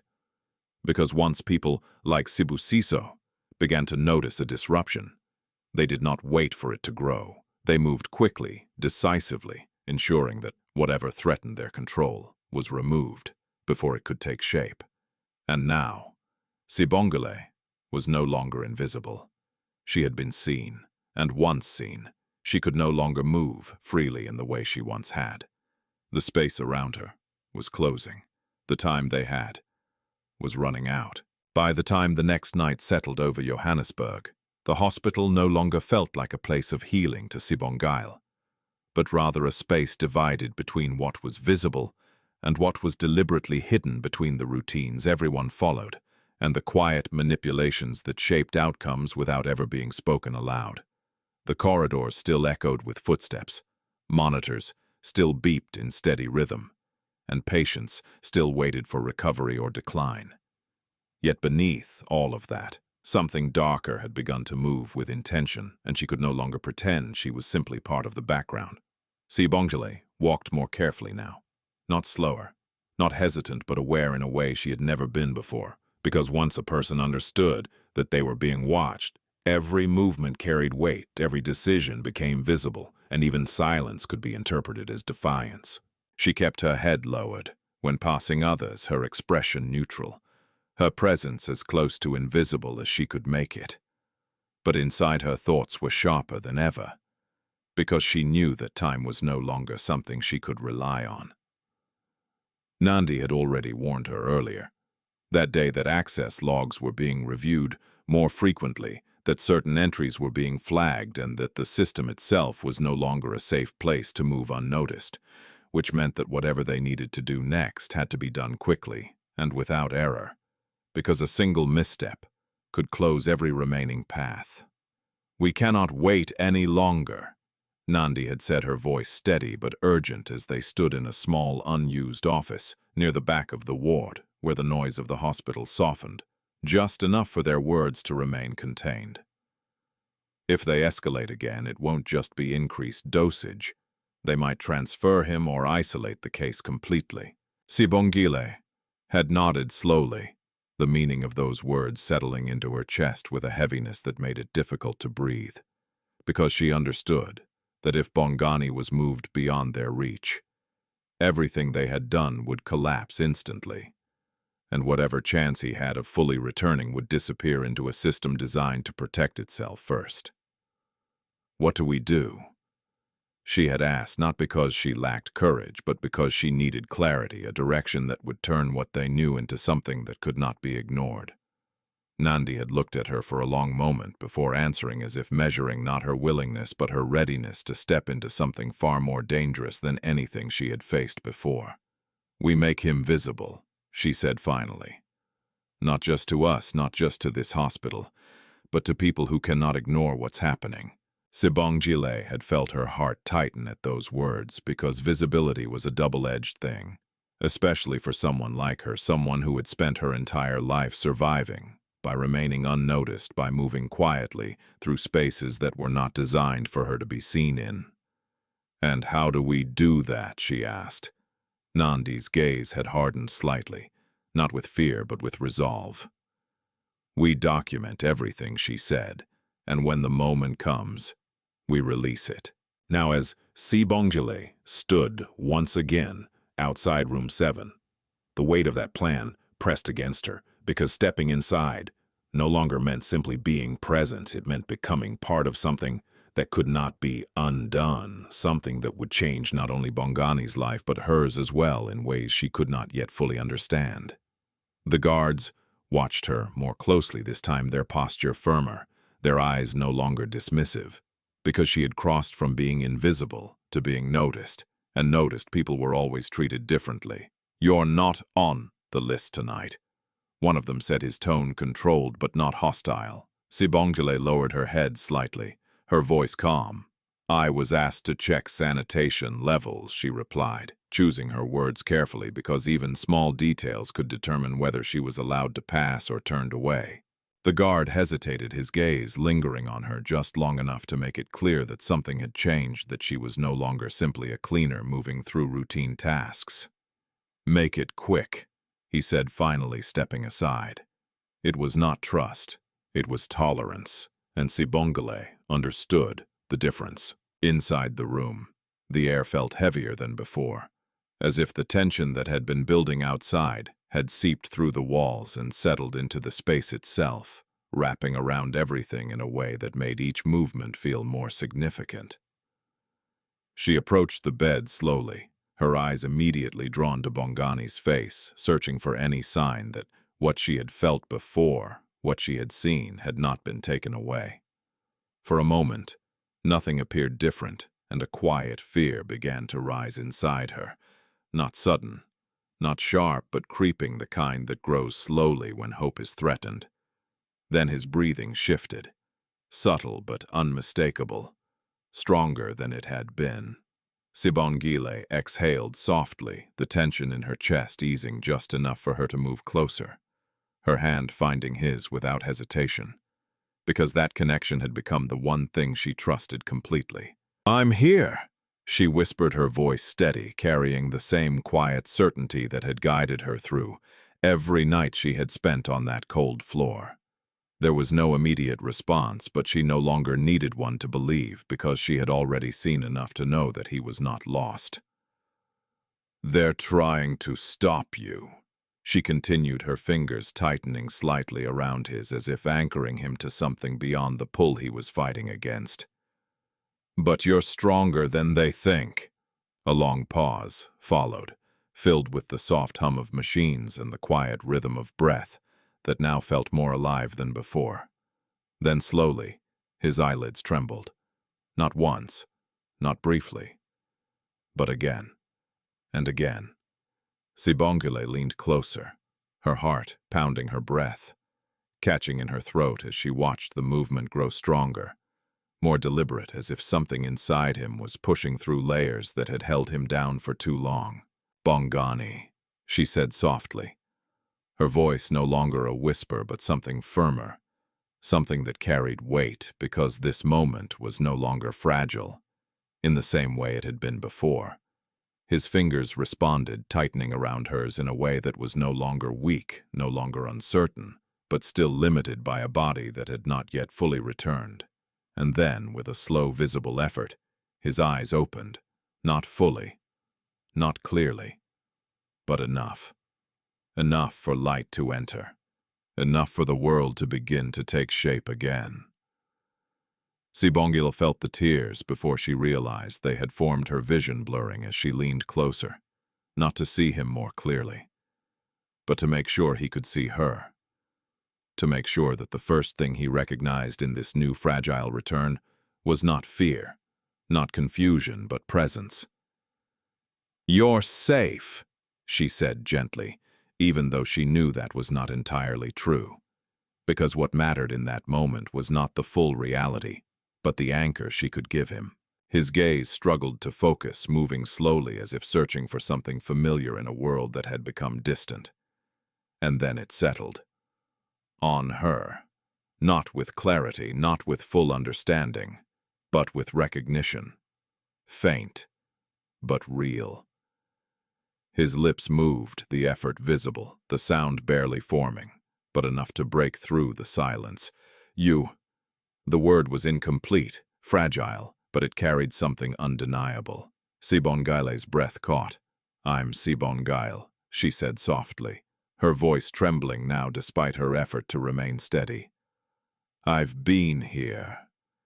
His eyes remained on her, not fully open, not fully aware, but no longer empty. And in that moment, everything changed.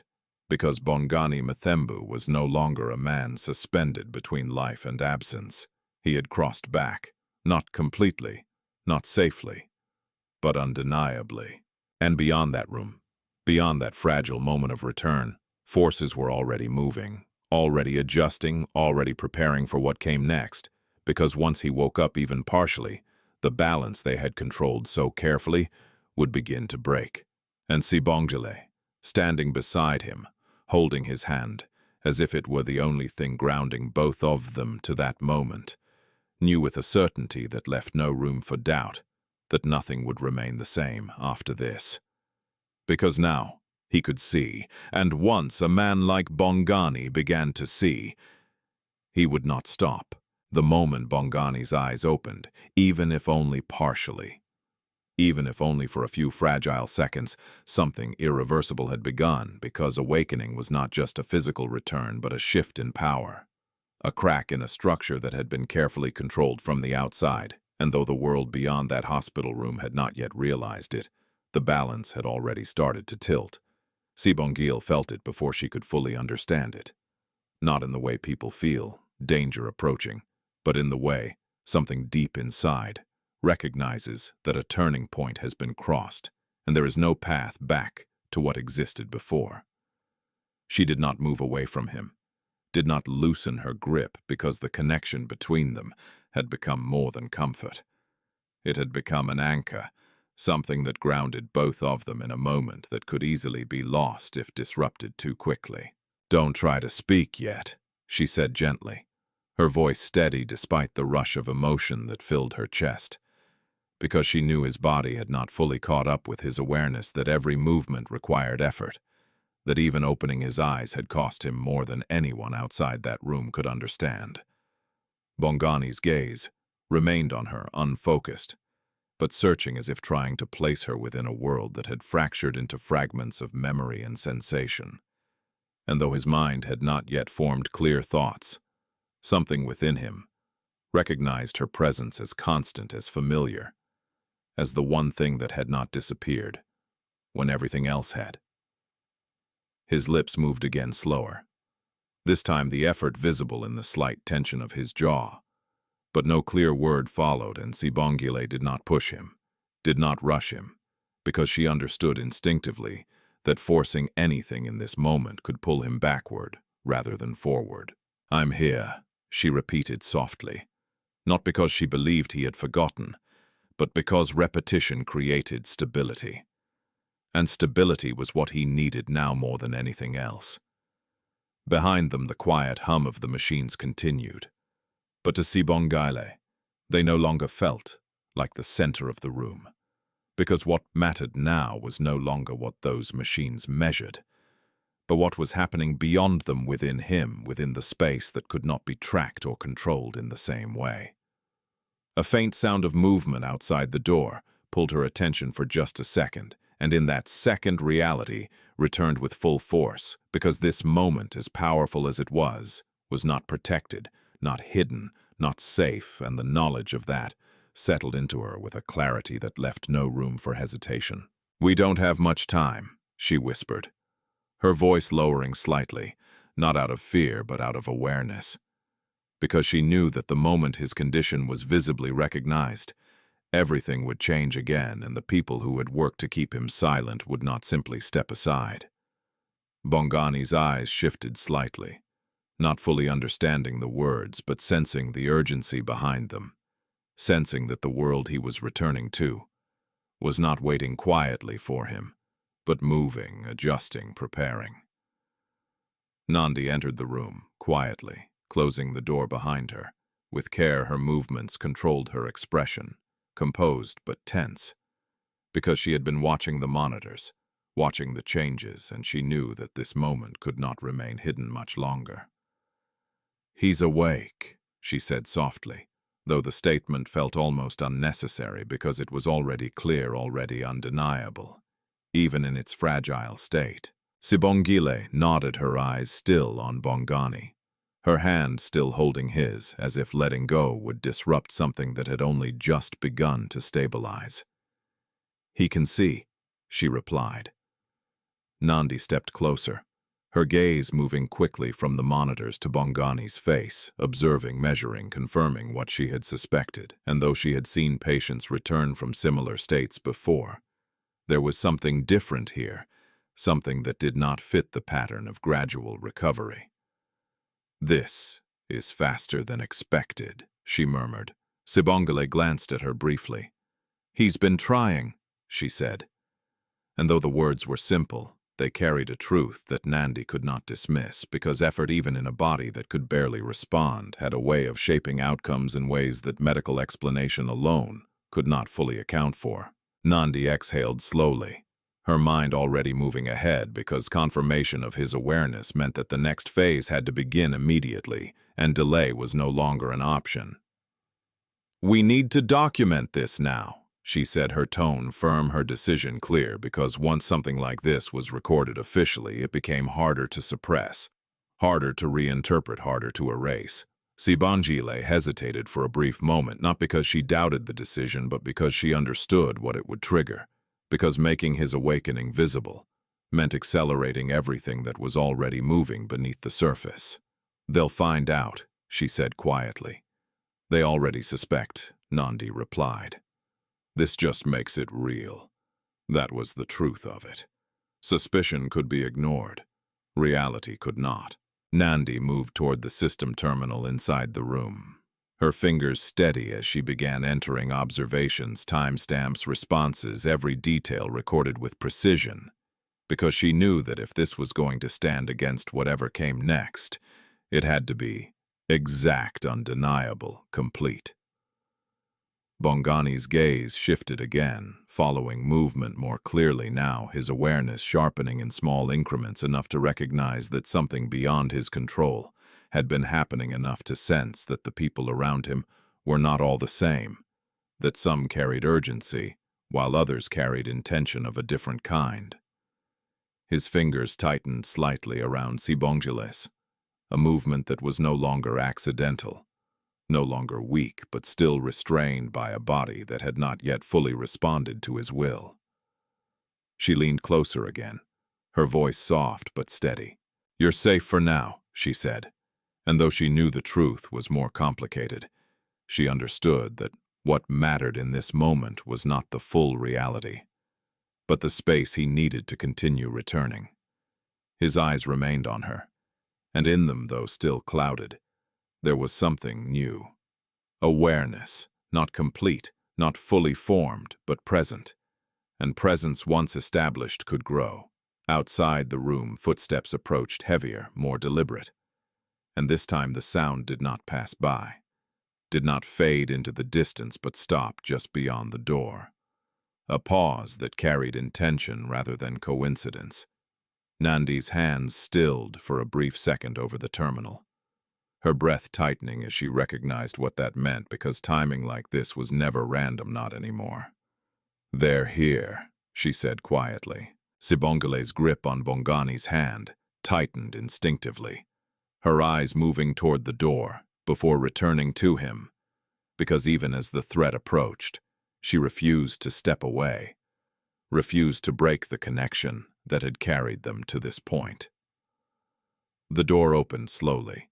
Sibongile stepped inside, his presence filling the room, not with noise but with control, with the kind of authority that did not need to be announced because it had already shaped everything around it. Nomvula followed just behind him, her expression composed, her eyes sharp, taking in every detail in a single glance. And then, for the first time since he had entered the hospital, Bongani saw them, not as distant figures, not as shadows in a fading memory, but as people standing in front of him, real, present. And something in his gaze shifted again, deeper this time, as recognition began to form, not just of faces but of meaning, of connection, of everything that had led him to this moment. Sibongile noticed it immediately, the change, the awareness, and for the first time, something broke through his composure, not fear, but the unmistakable realization that control was no longer absolute. "Well," he said slowly, his voice measured, but edged with something harder. "Beneath it seems you've decided to come back." The room fell into a silence that no one could soften, because this was no longer a hidden struggle, no longer something contained within whispers and shadows, but something exposed, something that would now unfold in the open, with consequences that none of them could fully control anymore. And Sibongile, standing beside the bed, her hand still holding Bongani's, understood that this was no longer about saving him quietly. This was about facing everything that had tried to keep him from returning, and refusing to step back. The room did not erupt into chaos when Sibongile stepped forward. Instead, it settled into something far more dangerous, a controlled stillness where every word carried weight and every silence pressed harder than any raised voice could have. Because power, when it was challenged openly for the first time, did not need to shout to make itself known. It simply stood there, steady and unyielding, waiting to see who would move first and who would hesitate. Sibongile did not release Bongani's hand. She felt the pressure of it more clearly now, not strong, not yet fully deliberate, but present in a way that made it impossible to ignore, and that presence grounded her, kept her from stepping back even as she felt the weight of Sibusiso's gaze shift toward her, measuring, assessing, already deciding how she would be handled. "You shouldn't be here," Sibongile said, his voice calm, almost conversational, but carrying an authority that had been obeyed by countless people before her. Sibongile did not answer immediately, not because she was unsure, but because she understood that whatever she said now would not be heard as explanation, only as defiance, and defiance in a space like this was something that came with consequences she could not fully control. "I stayed because no one else did," she replied finally, her voice steady, not raised, not trembling, but anchored in something that did not depend on permission. Nomvula's lips curved slightly, not into a smile, but into something sharper, something that held no warmth. "That's not your role," she said, her tone precise, dismissive, as if reducing Sibongile's presence to a mistake that could easily be corrected. Sibongile's fingers tightened around Bongani's hand. Not in fear, but in resolve, because she understood now that her role had never been defined by the system they were standing inside, and what she had done could not be undone simply by someone telling her she did not belong. Maybe not, she said quietly, but he needed someone. The simplicity of the statement shifted something in the room, not visibly, not dramatically, but enough for the silence to deepen, enough for the contrast between them to become clearer. Because on one side stood power control and intention shaped by interest, and on the other stood something far less structured, but no less strong: presence. Bongani's eyes moved slowly between them, the effort visible, the awareness still forming, but growing, connecting pieces that had been scattered when he had been pulled into darkness. And though he could not yet speak clearly, though his body remained limited, his gaze carried something that had not been there before. Recognition, not just of faces, but of tension, of meaning, of something wrong. Sibongile saw it, and for the briefest moment his expression shifted, not enough for anyone unfamiliar to notice, but enough to reveal that the situation had moved beyond what he had anticipated, beyond what he had prepared for. "He needs rest," Sibongile said, turning slightly toward Nandi, his tone returning to controlled authority, because redirecting the situation was always the first step in regaining control. Reduce stimulation, no unnecessary interaction. Nandi did not move. She stood still, her posture firm, her eyes meeting his without hesitation. And though she did not raise her voice, the quiet resistance in her stance was unmistakable. "He is responding," she said. Reducing interaction now could slow his recovery. Sibusiso's gaze sharpened slightly. "That decision is not yours," he replied. "Medically it is."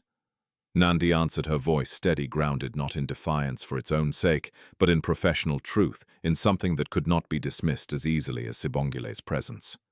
Nomvula stepped forward, then her expression tightening, her patience thinning in a way that revealed the strain beneath her composed exterior. "This is not a discussion," she said, her tone colder now. "We are responsible for his care." Nandi's jaw tightened slightly, but she did not step back, because she understood now that stepping back would mean more than simply yielding authority. It would mean allowing something harmful to continue unchecked. "You are responsible for his interests," she said quietly. "That is not the same as his recovery." The words settled into the room with a weight that could not be ignored, because they shifted the focus from authority to intention, from control to motive. And once that distinction was made, it could not be easily undone. Bongani's fingers moved again this time, more clearly tightening around Sibongile's hand, with a strength that, while still limited, was no longer uncertain, and that movement drew every eye in the room, pulling attention away from the argument and back to the man at the center of it all. His breathing deepened, uneven but stronger, as if his body was catching up with something his mind had already begun to reclaim, and slowly, with visible effort, his gaze fixed on Sibongile. For a moment, nothing else existed. Not the room, not the others, just that gaze, and within it, something unmistakable. Awareness. Sibongile held that look, his posture still composed, but the shift in power, however small, was undeniable, because a man who could see, who could recognize, who could begin to remember, was no longer someone who could be managed in the same way. "You should focus on recovering," Sibongile said finally, his voice measured, as if the moment could still be contained, as if the direction of events could still be guided. Bongani's lips moved. The effort was visible. The sound strained, but the word formed. No. It was not loud, it was not clear, but it was enough. Enough to break the illusion that he was passive, enough to signal that something had changed fundamentally. Sibongile felt the word, more than she heard it, her chest tightening as she leaned slightly closer, not to shield him, but to support him, to remain present as he crossed further into awareness. "You don't have to speak yet," She whispered, her voice softer, now meant only for him because she understood that forcing words could take more than his body was ready to give. But the word had already been spoken, and it could not be taken back. Nomvula's expression hardened, the control she had maintained beginning to crack at the edges, because this was not how the situation was supposed to unfold, not how it had been planned, and unpredictability was something she did not tolerate easily. "We will review his care privately," she said sharply, turning toward Sibongile, her tone signaling that the conversation was not over, merely shifting to a space where it could be controlled more tightly. Sibongile nodded once, his gaze lingering on Bongani for a moment longer, as if recalculating, as if adjusting a plan that was no longer aligned with reality. "This is not finished," he said quietly, not as a threat spoken aloud, but as a certainty that shaped everything that would follow. Then he turned and left. Nomvula followed. The door closed behind them with a soft click that carried far more meaning than its sound suggested, because it marked not an ending but the beginning of something far more open, far more dangerous than what had existed before. Inside the room, the silence returned, but it was no longer the same silence that had existed before Bongani woke, because now it held awareness, tension, and the unmistakable sense that whatever came next would not be contained within whispers or hidden adjustments. Nandi exhaled slowly, her shoulders lowering slightly as the immediate pressure eased, though the larger weight remained, because she knew that what had just happened would trigger responses that would not be subtle. "They won't stop," she said quietly. Sibongile nodded, her hand still holding Bongani's, her presence unchanged despite everything that had just unfolded, because she understood that stepping back now was no longer possible. Not after everything that had happened, not after the line that had been crossed. "I know," she replied.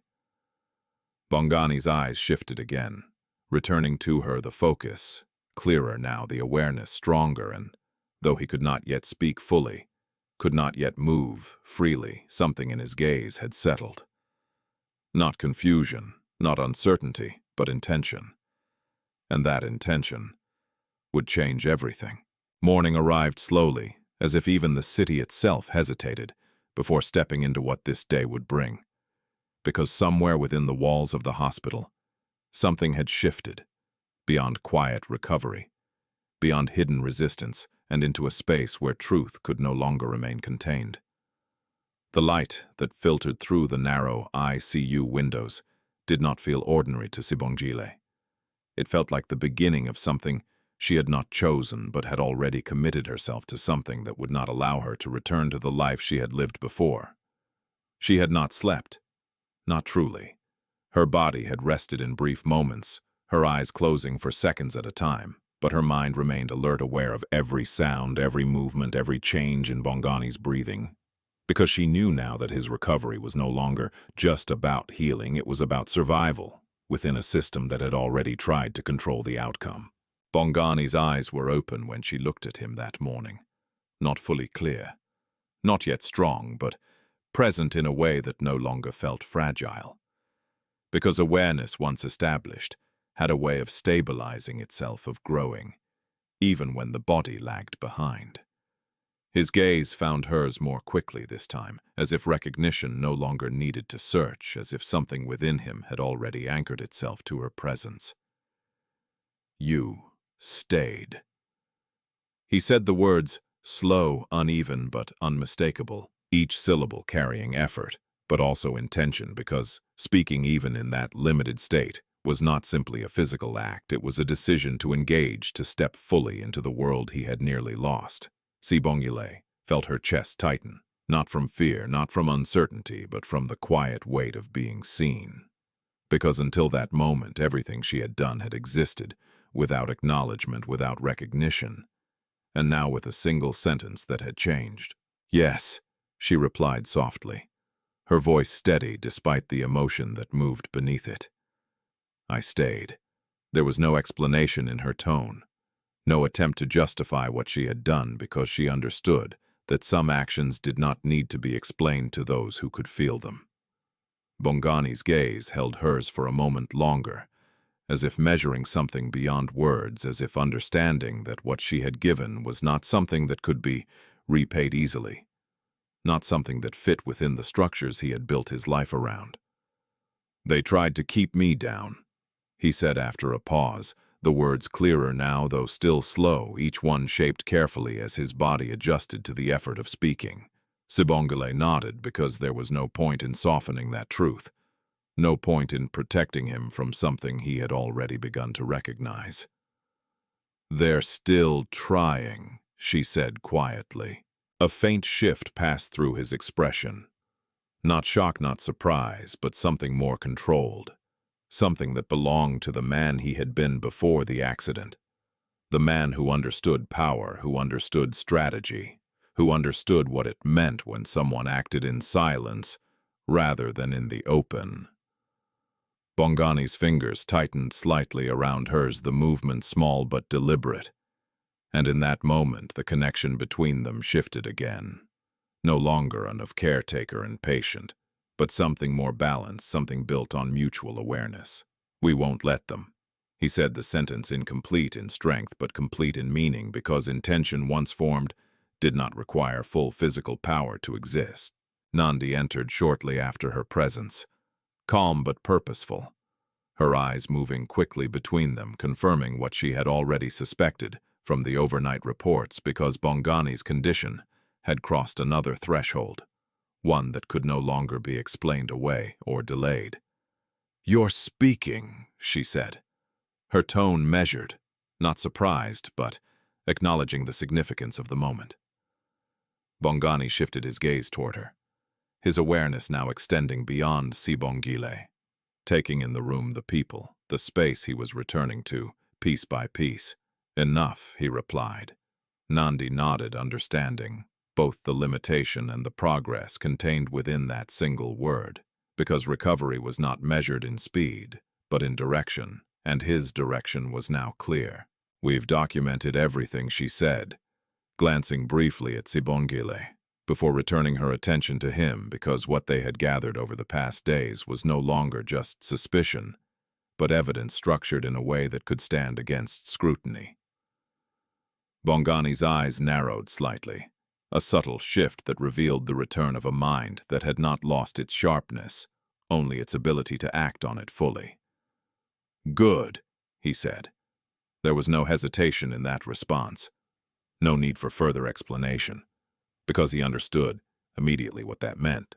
Understood that documentation was not just protection, but leverage, something that could shift control back into his hands once he was ready to use it. Outside the room, movement had already begun. Word of his condition was spreading not publicly, not formally, but within the network of people who understood how information moved in spaces like this, how awareness traveled faster than official statements, and how those who depended on control responded when that control was threatened. Sibongile stood in the corridor, his posture composed, his expression neutral, but his mind moving quickly, because the situation had now reached a point where delay was no longer an option, where subtlety alone would not be enough to maintain the outcome he had intended. "He's awake," Mthembu said quietly beside him. "Yes," Sibongile replied. There was no denial in his voice, no attempt to minimize what that meant, because he understood that clarity was necessary at this stage, that misjudging the situation now would cost more than it would protect. "We move to the next step," Mthembu added. Sibongile did not respond immediately, because unlike her, he understood that the next step was no longer entirely theirs to control, because Bongani, even in his weakened state, had already begun to reclaim something they could not easily take back. "We adapt," he said finally. Inside the room, Bongani's gaze returned to Sibongile, his focus clearer now, his awareness more stable, and for the first time there was something in his expression that did not belong to recovery alone. Recognition of her, not just as someone who had been there, but as someone who had chosen to be.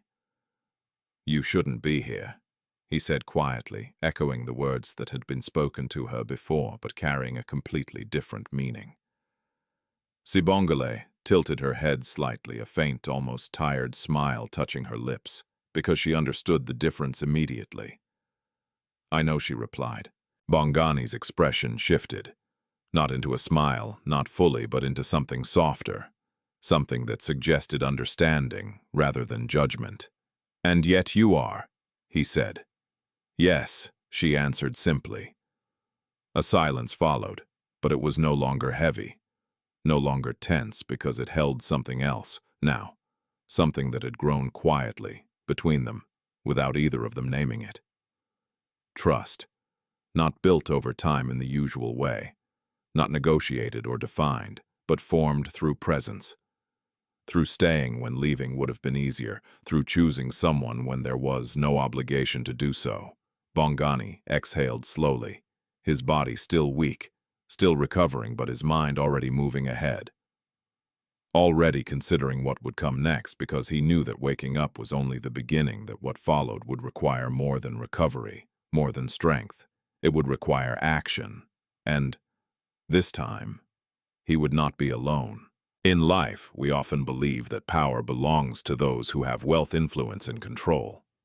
But stories like this remind us that true power sometimes comes from something much quieter, something that cannot be bought or commanded, something that reveals itself only in moments of darkness, when everything else falls away. Sibongile had no status, no authority, no protection. And yet she stayed when everyone else left. She gave when she had nothing to gain, and in doing so, she changed the direction of a life that many had already decided was over. What makes her story powerful is not just what she did, but why she did it, because kindness without expectation, presence without recognition, and courage without guarantee are the things that define who we are far more than any title ever could.